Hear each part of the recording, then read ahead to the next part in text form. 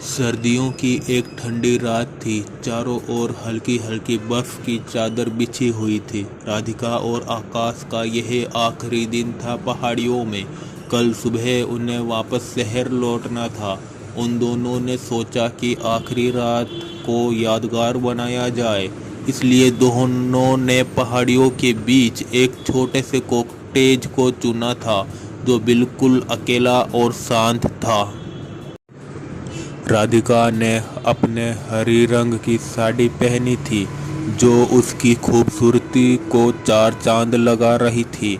आकाश की नज़रें उससे हट ही नहीं रही थी।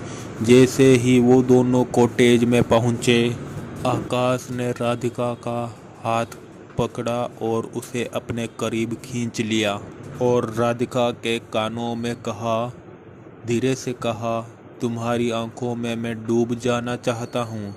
राधिका मुस्कुराई और धीरे से बोली, तो देर किस बात की है आकाश।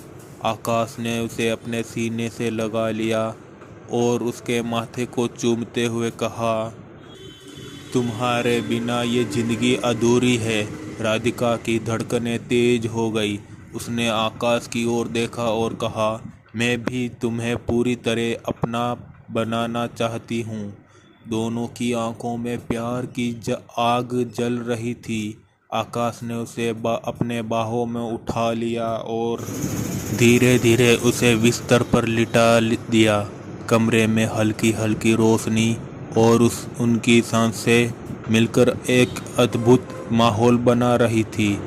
आकाश ने राधिका की साड़ी के पल्लू को हल्के से हटाया और उसके गलों पर अपने होठ रख दिए। राधिका ने उसकी कमीज को पकड़कर उसे अपने और करीब खींच लिया। दोनों के दिलों में बस एक ही ख्वाहिश थी, एक दूसरे में खो जाने की। उस रात में बर्फ की ठंडक और उनके बीच की गर्मी का एक अनोखा संगम हो गया था।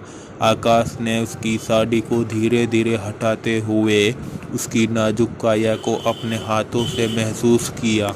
राधिका की सांसें और तेज हो गई।